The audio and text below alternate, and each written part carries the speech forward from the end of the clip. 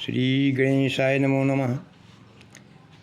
मैं डॉक्टर राम शारदा सविता सबके चरणों में सिर झुकाता हूँ। गलतियों को क्षमा करें।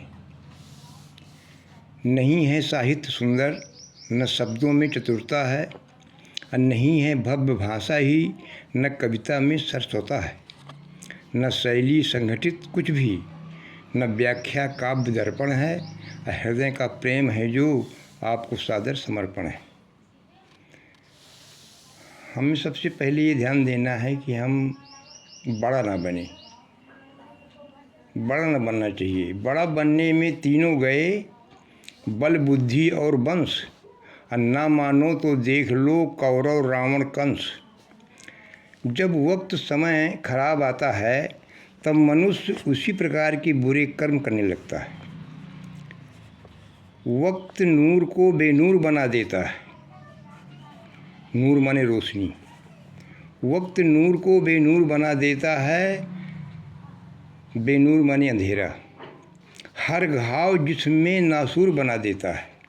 नहीं चाहता कोई कि मैं गुनाह करूं या सहूं, लेकिन वक्त इंसान को मजबूर बना देता है। हमें रावण की तरह बड़ा बनकर नष्ट भ्रष्ट नहीं होना। जितना भी हो सके कोशिश करते रहें अपने भीतर के बुरे विचारों वाले रावण को मारने की। इस वक्त का सबसे बड़ा रावण है झूठी खबरें, गलत सूचना। चाहे जानकारियां आज की हों ये पुरानी हों, एक तरफा जानकारी को पापेगंडा बनाकर दिखाना या फिर सच्चाई को गलत तरीके से पेश करना गलत है। ये सब ऐसे भाव तब होते हैं जब हम सबसे बड़े बनते हैं। चाहे पैसे में बड़े हों, चाहे शक्ति में, चाहे डिग्री योग्यता में।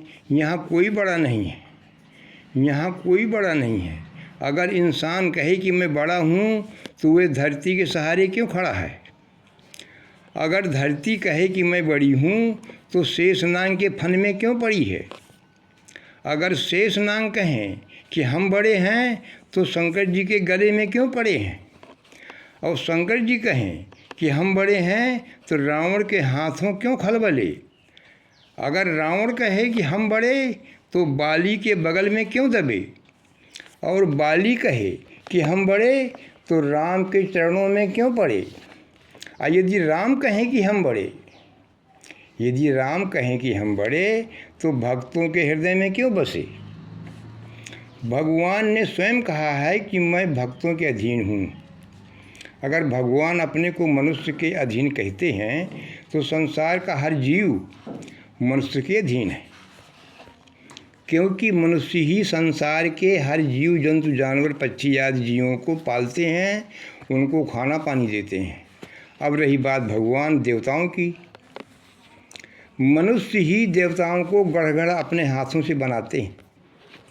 मनुष्य ही देवताओं के रहने के लिए घर मंदिर बनाते हैं, उन्हीं मंदिर में उन्हें बैठा देते हैं।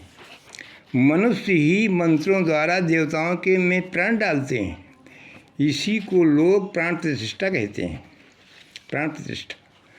प्राण डालने के बाद स्नान, चंदन, फूल, भोजन, भोग, पूजा पुजारी पंडा करते रहते हैं।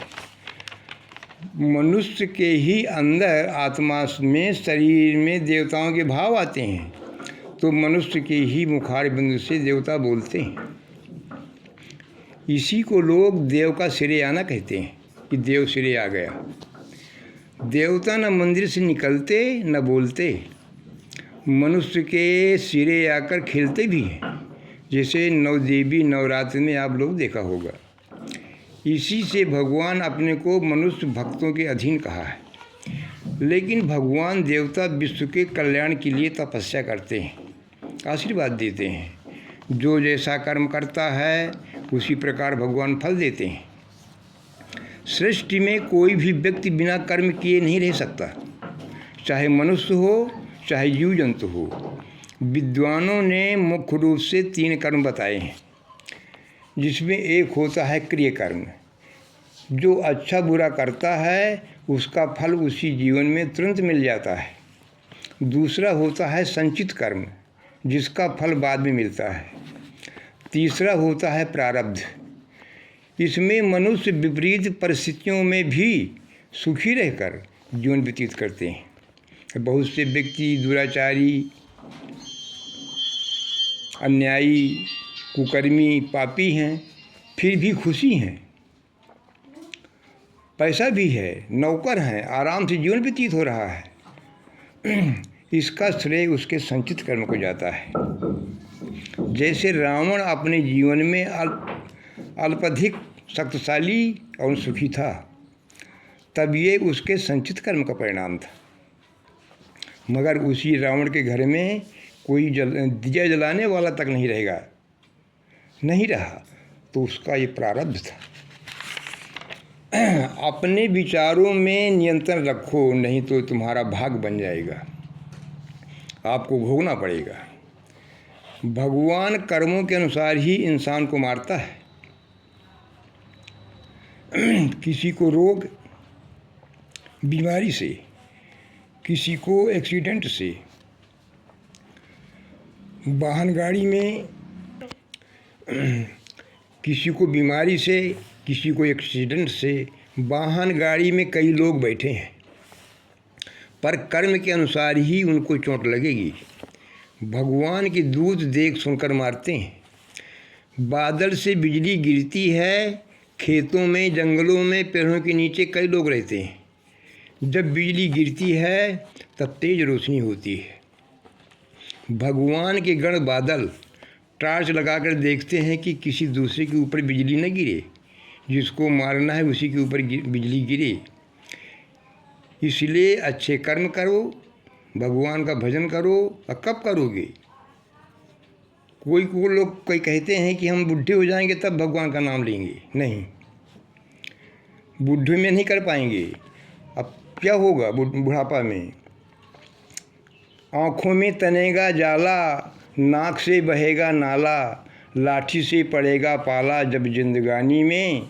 और खड़े खड़े वस्त्र पर करोगे मूलमूत्र त्याग, और पड़े पड़े थूकते रहोगे पीकदानी में। भक्ति क्या करोगे तुम, शक्ति ना रहेगी जब, कर लो भजन भगवान का बस इसी जवानी में। धन का घमंड प्यारे दूर करो तुम, दौलत खजाना सब यहीं रह जाना है। अल्पकाल जीवन में राम पर ध्यान धरो, आए हो जहाँ से वहीं पर जाना है। झगड़े और लड़ाई से होगा कुछ काम नहीं, काहू को सताओ मत, अंत मर जाना है।